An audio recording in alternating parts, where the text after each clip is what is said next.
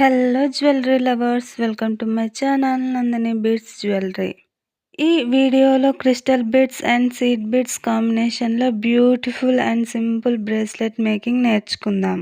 First bracelet మేకింగ్కి కావాల్సిన material ఏంటో చూసేద్దాం. Crystal beads 3 mm, seed beads,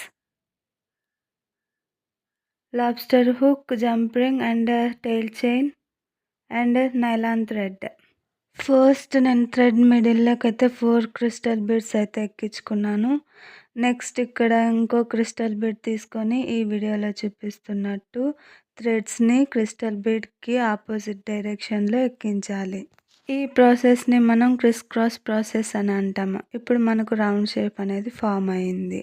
next ఇక్కడ నేను 2 సైడ్స్ థ్రెడ్కి 2 సీడ్ బీడ్స్ అయితే ఎక్కించుకున్నాను. తర్వాత ఇంకొక సీడ్ బీడ్ తీసుకొని క్రిస్ క్రాస్ ప్రాసెస్లో అనేది థ్రెడ్ లోపలికైతే సీడ్ బీడ్ని ఎక్కించేసాను. నెక్స్ట్ 2 సైడ్స్ ఉన్న థ్రెడ్కి 1 సీడ్ బీడ్ అయితే ఎక్కించుకొని ఇంకొక సీడ్ బీడ్ తీసుకొని క్రిస్ క్రాస్ ప్రాసెస్లో ఎక్కించాను. ఇలా 3 టైమ్స్ అనేది మనం ప్రాసెస్ రిపీట్ చేయాలి. ఇక్కడ 2 టైమ్స్ అయితే ప్రాసెస్ కంప్లీట్ అయింది. ఇక్కడ 3rd టైం 2 సైడ్స్ థ్రెడ్కి 1 సీడ్ బీడ్ ఎక్కించుకొని ఇంకొక సీడ్ బీడ్ని క్రిస్ క్రాస్ ప్రాసెస్లో ఎక్కించాను. తర్వాత ఇక్కడ నేను 2 సైడ్స్ థ్రెడ్కి 2 సీడ్ బీడ్స్ అయితే ఎక్కించుకున్నాను. నెక్స్ట్ స్టెప్ ఒక క్రిస్టల్ బీడ్ తీసుకొని ఈ వీడియోలో చూపిస్తున్నట్టు క్రిస్ క్రాస్ ప్రాసెస్లో అనేది క్రిస్టల్ బీడ్ని అయితే ఎక్కించేసేసుకోవాలి. తర్వాత 2 సైడ్స్ థ్రెడ్కి 2 క్రిస్టల్ బీడ్స్ అయితే ఎక్కించుకున్నాను.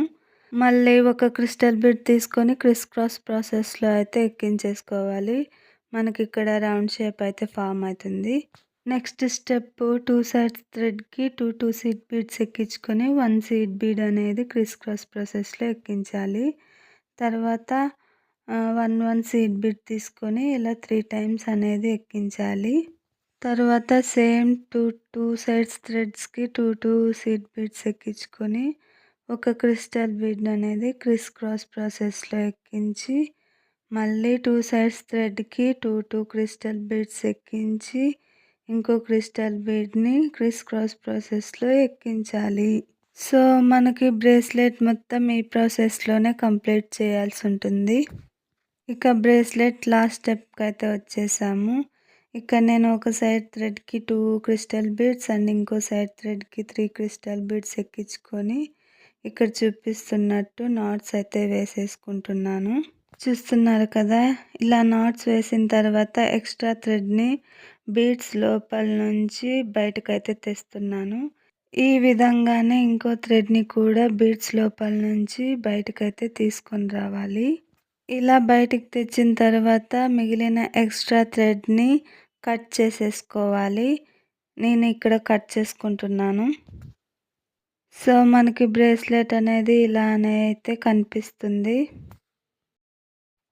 ఇప్పుడు నేను ఒక జంప్ రింగ్ తీసుకొని మనకు బ్రేస్లెట్లో నుంచి బయటికి తెచ్చి జంప్ రింగ్కి లాబ్స్టర్ హుక్ అనేది యాడ్ చేసి ఆ జంప్ రింగ్ అనేది క్లోజ్ చేసేసుకున్నాను. సో మనకి ఇలా అయితే కనిపిస్తుంది.